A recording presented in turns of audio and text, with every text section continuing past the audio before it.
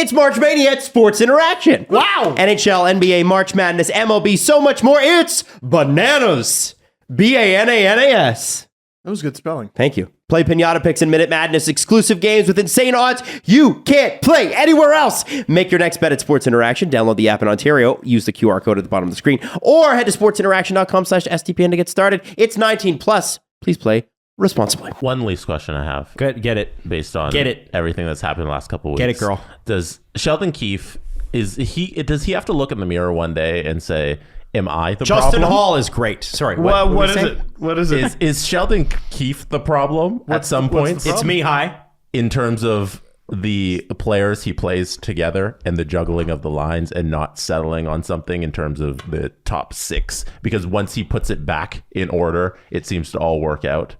Are we going to get to the situation in the playoffs where he's still doing stuff like this, where we got Kerfoot up on the first line or whatever, and there's just something we're unhappy with, or he puts Nylander at center in an elimination game or something ridiculous. I really will never forgive him. He keeps playing Justin Hall in an instance where Justin Hall shouldn't be on the ice, you know? Are we going to get to the point where we got to look at Sheldon Keefe and be like, is he the problem? Well, can we judge him on egregious lineups per 60? It's pretty high. Well, lately it is. I feel like it's But is it compare it to Babcock? Is it worse since the trade Compare deadline? it to Babcock. Is it worse as a trade deadline? Well, no, Babcock had the problem of never changing. Yeah. Right. Ever. But it was, but he would get set and it was egregious. Yes. Yeah. So Keefe's he's got itchy feet. He's got flexible egregious, but I don't know that. I think what he's doing right now is he's just going, let's throw some shit at the wall, see who might have some chemistry that we would never have tried out, and then he's going to go to his main lines come playoffs or come 10 games before the playoffs. We know that the best version of the Leafs is when Matthews and Marner are playing together, and when Bunting's on his game, he's usually with them. Yes.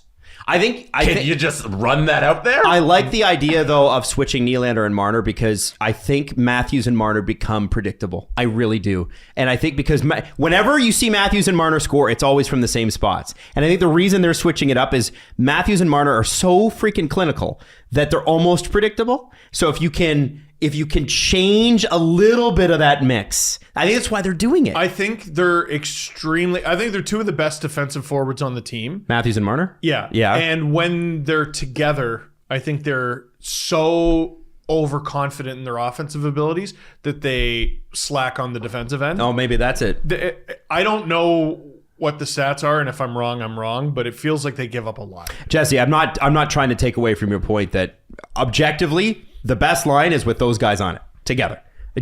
But I think the reason they switch it up is and I think Sheldon Keefe is the king of, he's trying to fake out other teams. Like he likes to he line matches at home. Like what the fuck, man? and so I think there's a little bit of that. If I were to say, I'm not saying that I agree with it, but if I were to say I can understand the wisdom behind it, putting Nylander out there with Matthews every once in a while or for several games, they don't play bad. They play pretty good. Marner Tavares looks good with O'Reilly. Yeah, I don't hate it when during points of the game in the middle of the second, Tavares is with Marner or whatever. Mm-hmm. It's just whenever push comes to shove, he throws the guys with the best lineup together. Well, I wonder is it our best line or is it the line that is most likely to score and there's score effects involved? The other team is crawling into a shell. He puts out an offensive line that's not as good defensively, but the other team isn't trying on offense. And I don't know. I think so. Someone asked me about this towards the end of the LFR, and I think what the Leafs are doing comes down to sports science. Actually, the Slurpee lineup, the 7-Eleven. Yeah, I'm trying to make it a thing. Okay, go with it. Oh. It's very no. 7-Eleven should jump. Well, anyway, on that, we'll though. figure it out. No. They sponsor a different network than you're on, so I don't think you can do that. Oh, are they a TSN sponsor?